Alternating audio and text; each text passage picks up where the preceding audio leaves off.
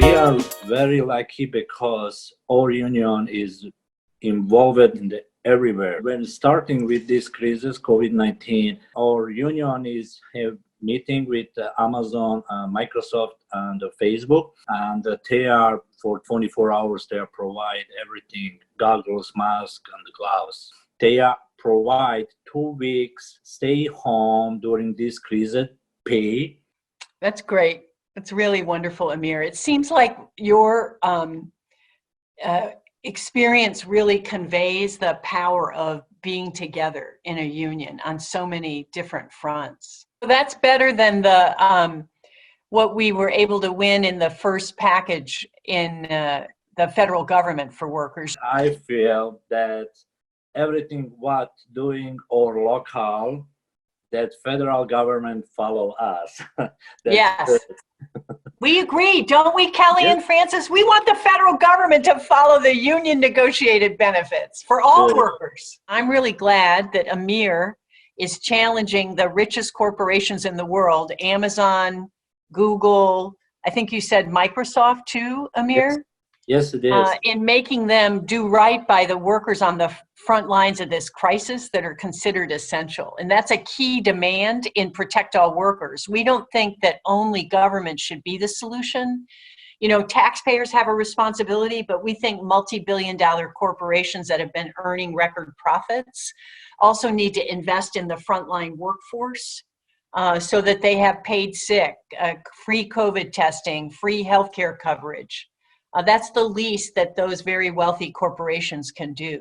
And Francis, how have you experienced the power of the union in this moment? The power of the union has gotten us before is that home care workers were excluded out of the workers' comp coverage. And so they recently, just last week, finally included home care workers in that packet, that if we were to contract COVID-19 on the job, then we would be included in the workers' comp situation. We work with the most vulnerable in the community. We work with elderly, we work with people with disabilities, we work with children with disabilities. So it's really important for us to get PPE equipment, which we still to date have not gotten. Unbelievable. I told Francis's story from, I think now 2 weeks ago, where you said you drove to 3 stores to try and find your own gloves and masks. That was a concern in and of itself, because you were worried that you were exposing yourself to infection that you would bring home to your grandson. I think you said, Francis, that you knew your local union in Minnesota was dealing with the governor and the state legislature to try and change the situation for home care workers there. Yes, they've been tirelessly working with them. And Excellent. Also we've been doing teletown halls. We've been contacting all home care workers to see how they're doing. We've been putting videos out on Facebook and stuff to let everybody know that they're not alone, that we're all in the same situation. And it shouldn't be like this. Amen. Amen. The same goes for us at the psychiatric institution right now. They've asked us to use 1 mask for an entire week.